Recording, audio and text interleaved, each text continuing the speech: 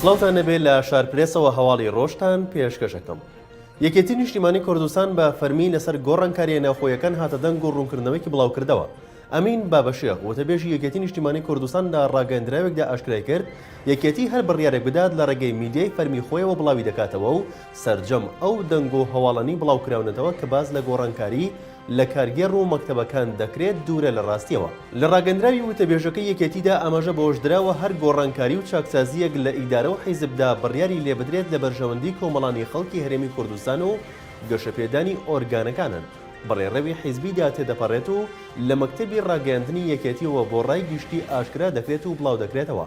باز کراوە لێرەوە داوە لە کەناڵەکانی ڕاگەیاندن دەکەین بەرپرسیارانە و پیشەیانە مامەڵە لەگەڵ ڕوودا و گۆڕانکاریە سیاسی و ئیداری و ڕێکخراوەکانی یەکێتی بکەن.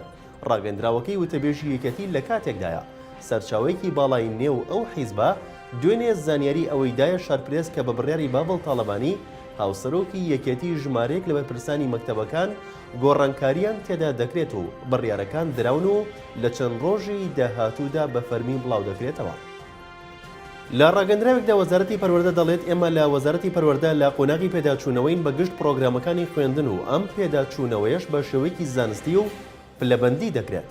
ئەمڕۆ یەکشەمە وەزارەتی پەروەردەی حکوومەتی هەرێمی کوردستان لە ڕاگەندراوێکدا ئاماژەی بەوە کردووە لە دوو ڕۆژی ڕابردوودا بابەتێکی ناو کتێبی زمان و ئەدەبی کوردی پۆلی دەی ئامادەیی بۆتە جێگێڕەخنا وەک دوێنێژ لە ڕوونکردنەوەی بەڕێوەبەرەتی گشتی پرۆگرامەکانی وەزارەتدا هاتووە کە ئەم بابەتە نوێ نییە و دەگەڕێتەوە بۆ 14 ساڵ لەمەوبەر کە لە ناو کتێبەکەدا هاتووە. لەم هەموو ساڵەش کەس ئاماژەی پێ نەداوە. ئەو دەستاواژەی کە بۆتە جێگێڕەخنا لە دەروێشی ئافدی کە دانستانێکی کوردیە و لە ڕێگەی گۆرانیەوە تاوەکو ئێستا پارێزراوە.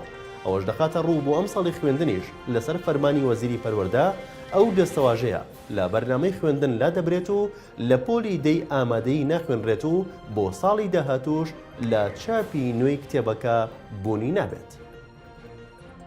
هەر یەک لە هاوپەیمانەتی عەزم بە سەرۆکایەتی خەمیس خەنجەر و هاوپەیمانەتی تەقەدوم بە سەرۆکایەتی محەممەد حەلبوسی لە ململانەیەکی قورسدان بۆ بەدەستێنانی پۆستی سەرۆکایەتی ئەنجومەنی نوێنەرانی عێراق. بۆ مەبەستەش پەنایان بردوتە بەرکڕینی پەرلەمانتارە سەربەخۆکان بە شێوەیەک بەشێک لەو پەرلەمانتارانە بۆ چوونە ناو یەکێک لەو دوو هاوپەیمانێتیە بڕی 2 ملیۆن دۆلاریان وەرگرتووە.